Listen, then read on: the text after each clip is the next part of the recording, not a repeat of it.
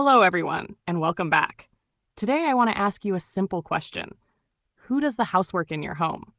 It may sound like an ordinary question, but in Japan, the answer may explain one of the country's biggest challenges, its declining birth rate, its aging population, and why so many young people hesitate to get married or start a family. At first, that sounds impossible. How could washing dishes or doing laundry affect the future of an entire nation? But once you understand how Japanese families actually live, the connection becomes surprisingly clear. Japan is one of the safest countries in the world. It has one of the highest life expectancies. Women are more educated than ever before. More women are working than at any point in Japanese history. Fathers are taking parental leave in record numbers. From the outside, Japan appears to be making steady progress toward gender equality. But inside many homes, the picture is very different. According to Japan's Survey on Time Use and Leisure Activities, fathers with children under 6 spent an average of 1 hour and 54 minutes each day on housework, childcare, shopping, and other family responsibilities in 2021. That's an improvement from 1 hour and 23 minutes in 2016. Progress is real.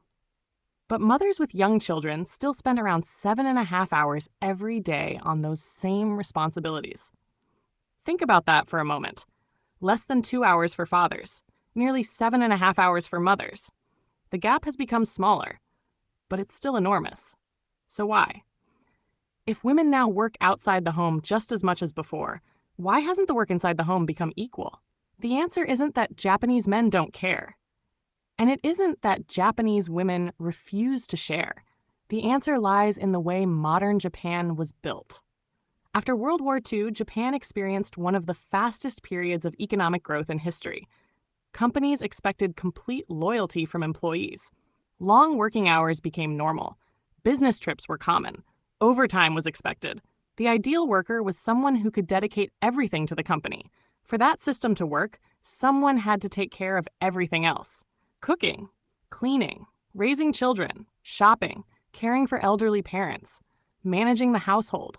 That responsibility usually belonged to the wife. At the time, most families depended on one income. The system made sense. But Japan has changed. Today, most households need 2 incomes. Women graduate from university at the same rate as men. Women build successful careers. Many continue working after marriage and childbirth. The economy has changed. Families have changed, but work culture hasn't changed nearly as quickly. Many Japanese employees still spend long hours at the office. Some commute more than an hour each way. Unexpected overtime remains common.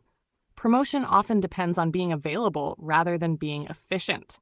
Now imagine an ordinary father living in Tokyo. He leaves home before his children wake up. He spends more than an hour commuting. He works all day. He stays late because everyone else stays late. Then he spends another hour traveling home. By the time he opens the front door, his children may already be preparing for bed. He didn't choose to miss dinner. He didn't decide not to help with homework. He simply wasn't there. This doesn't excuse unequal housework, but it helps explain why changing family life is impossible without changing work culture. There's another type of work that many people never notice. Imagine someone remembering that the milk is running low, scheduling doctor's appointments, packing school lunches, buying birthday presents, filling out school forms, checking tomorrow's weather, planning meals, replacing children's shoes before they become too small. This work is almost invisible. Psychologists call it the mental load. It's not about doing the work. It's about remembering that the work exists. In many Japanese families, women still carry most of that responsibility. A husband might say, "Just tell me what needs to be done." He believes he's helping, but his wife is still managing everything. She notices the problems. She decides what needs to happen. She explains it. She reminds him. She's still the manager. He's simply helping. That's why many women say they don't want more help. They want an equal partner, someone who notices without being asked. The arrival of children often makes this imbalance even greater. Before becoming parents, many couples expect to share responsibilities equally. But once their first child is born, life changes overnight. During the first months, mothers naturally spend more time with the baby. Many fathers return to work quickly. The mother becomes more experienced. The father becomes less confident. He asks questions. She thinks it's faster if I do it myself. That decision makes sense in the moment, but over months and years, it creates a pattern. The mother becomes the default parent. The father becomes the assistant. Neither planned for this to happen. It simply grows from hundreds of small decisions. Many younger Japanese men actually want something different. They want to spend more time with their children. They want to cook dinner. They want to attend school events. They don't want to become fathers who only see their children on weekends. But wanting something and being able to do it are very different. A father may want to leave work early, but everyone else stays, so he stays too. A father may want to take parental leave, but he worries about how it will affect his career. Many companies officially support work-life balance, but unofficially, long hours are still rewarded. This is why blaming individual men doesn't solve the problem. The system itself often pushes fathers away from home. This issue doesn't only affect today's parents. It also affects people who haven't even decided whether they want children. Imagine you're a young woman with a successful career. You look at your friends who became mothers.